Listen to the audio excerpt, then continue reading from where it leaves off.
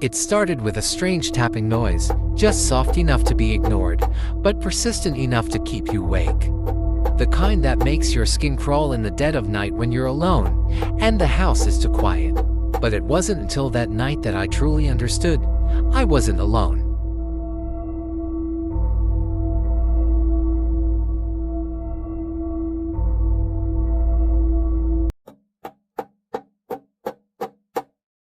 I moved into this house just a few weeks ago. It seemed like a dream come true, an old Victorian-style home on the outskirts of a small town, far away from the bustling city life I was trying to escape.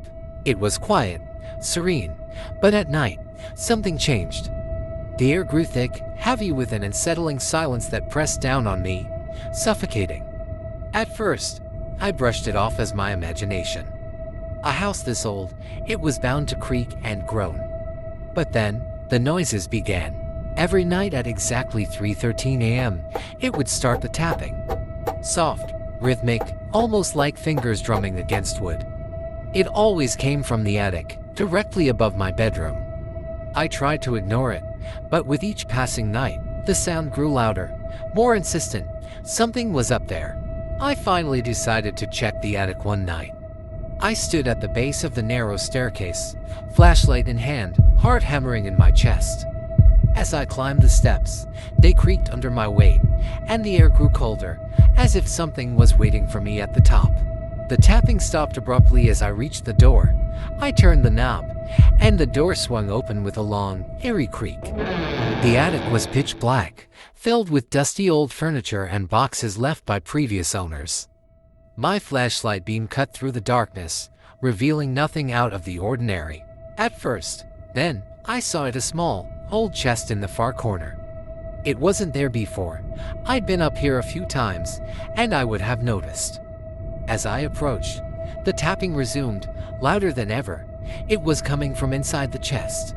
My hands trembled as I undid the rusty latch and slowly lifted the lid. Inside, I found nothing but a doll. A ragged, ancient thing, its face cracked and worn. But as I stared down at it, something cold touched the back of my neck. I spun around, but there was nothing. Just shadows dancing in the dim light. I was alone, or so I thought. The doll, now in my hand, felt unnaturally heavy. And then, it happened. Its head turned, just slightly, but enough for me to see. The tiny eyes, once lifeless, were staring right at me. I dropped it, stumbling back, but the attic door slammed shut behind me. I ran down the stairs and bolted the door. For days, I refused to go back up there. But the tapping never stopped. Soon, it wasn't just at night. I'd hear it during the day too, whenever I was alone, whenever the house fell to quiet. It followed me, a constant reminder that something was watching. My phone would ring with no one on the other end. Shadows would flicker at the corners of my vision, but vanish when I turned to look. One night, I woke up to the sound of whispering. Faint, unintelligible voices were coming from the attic. I grabbed my phone and hit record, desperate to capture something, anything, to prove I wasn't losing my mind. I climbed the stairs again, slowly this time, my phone's light guiding the way. The door was already open. I stood in the doorway, my heart in my throat. The whispers grew louder, but I couldn't understand the words. They were coming from everywhere, surrounding me, suffocating me. And then, the doll appeared at my feet. It was staring up at me, its eyes glowing faintly in the darkness. Suddenly, a cold breeze swept through the attic, and the doll's mouth moved. It whispered my name. I bolted out of there, but no matter how fast I ran, I couldn't escape the feeling that something was following me, watching me. The house, it wanted me. The doll wanted me. That was 3 nights ago. Now, I'm sitting here, typing this out, hoping someone will believe me. The tapping hasn't stopped. It's right above me as I write this.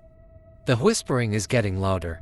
I can feel it. Whatever is in that attic, it's coming for me. I don't know how much time I have left, but if you're reading this, stay away from this house. And whatever you do, don't go into the attic.